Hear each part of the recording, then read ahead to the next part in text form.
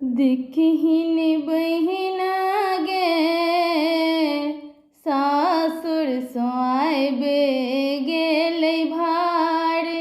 देखहिन बहिना गे सासुर सोआबे गेलै भार।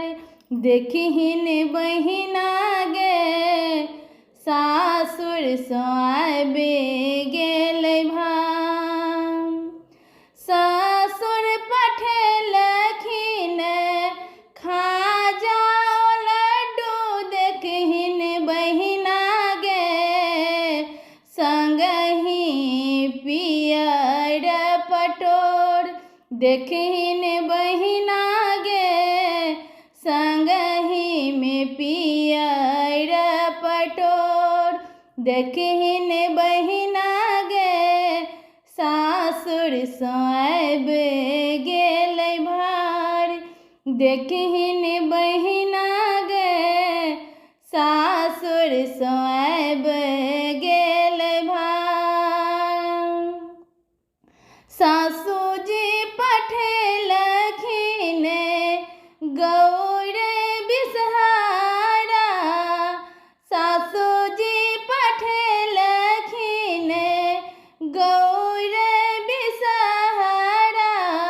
देखहिन बहिना गे लहठी और सिंदूर सोहाग।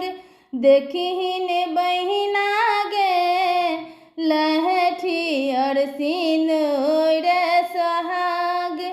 देखहिन बहिना गे सासुर सोआबे गेलै भार। देखहिन बहिना गे सासुर सोआबे गेलै भार। गोतनो पठेलखिन दूध ओलाबा।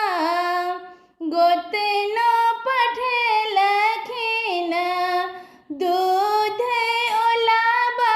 देखहिन बहिना गे घीबक बाती बनाय। देखहिन बहिना गे घीबक बाती बनाय।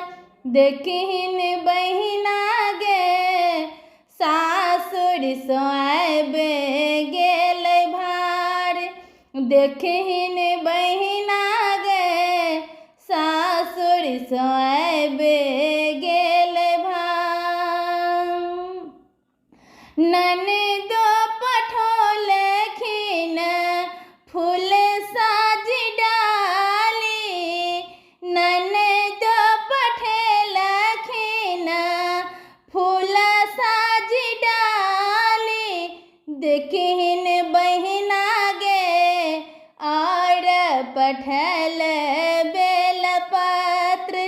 देखहिन बहिना गे और पठल बेलपत्र। देखहिन बहिना गे सासुर सोआबे गेलै भार। देखहिन बहिना गे सासुर सोआबे गेलै भार।